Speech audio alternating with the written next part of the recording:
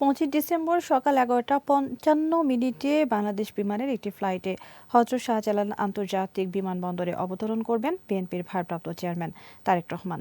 জানিয়েছেন দলটির স্থায়ী কমিটির সদস্য সালাউদ্দিন আহমেদ। স্মরণকালে সেরা সংবর্ধনা দিতে সব ধরনের প্রস্তুতি নিয়েছে দল।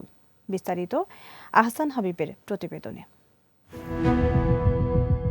দীর্ঘ প্রায় 18 বছর পর প্রিয় নেতা ফিরছেন স্বদেশে। তার প্রত্যাবর্তনকে স্মরণীয় করে রাখতে সর্বাত্মক প্রস্তুতি গ্রহণ করেছে বিএনপি।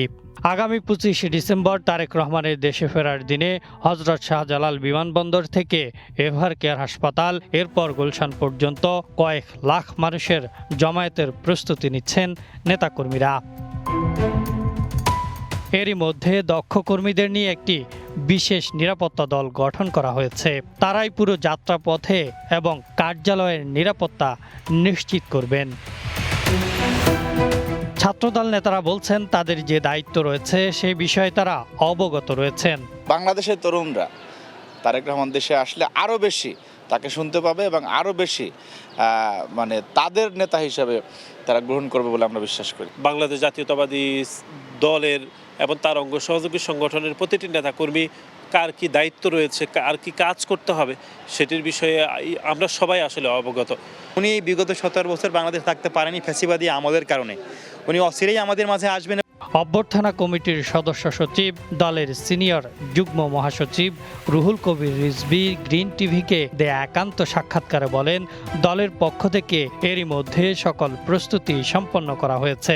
আমাদের যে নিরাপত্তা প্রধান হলেন বা নিরাপত্তা নিয়ে যে চিন্তা করছেন তারাও নিশ্চয়ই একটা সাজাবে যে তার বিষয়টা কিভাবে চিন্তা করবে, কিভাবে তাকে সিকিউর করা যাবে, যাতে জনগণ থেকে তিনি আলাদা থাকলেন না। দেশে আসার পর তারেক রহমানের পরিকল্পনা অনুযায়ী তিনি নির্বাচনী প্রচারণায় অংশ নেবেন। সময়ের ব্যবধানে অনেক কিছু পাল্টাচ্ছে, পৃথিবী এবং বাংলাদেশের অনেক বিষয় তখন যেগুলো বিবেচনার মধ্যে আনতে হতো না, এখন সেগুলো বিবেচনার মধ্যে আনতে হয়। পরিস্থিতির একটা ভিন্ন রকম। তো এগুলো বিবেচনা করেই ওনার যে ডিস্ট্রিক্ট সফরগুলো আর কি বা নির্বাচনী এলাকার সফরগুলো সেগুলো হয়তো তারা নির্ধারণ করবেন। আগামী 25 ডিসেম্বর বাংলাদেশ বিমানের একটি ফ্লাইটে সকাল 11:55 হযরত শাহজালাল আন্তর্জাতিক বিমানবন্দরে অবতরণ করার কথা রয়েছে তারেক রহমানের। বাংলাদেশ বিমানের যেটা নিয়মিত ফ্লাইট, যেটা কমার্শিয়াল ফ্লাইট, সেটাতেই উনি আসছেন এবং সেটা ল্যান্ডিং টাইমটা 11:55 ঢাকা বিমানবন্দরে, 12টাই বলতে পারি আমরা। Ahsan Habib, green TV, Dhaka.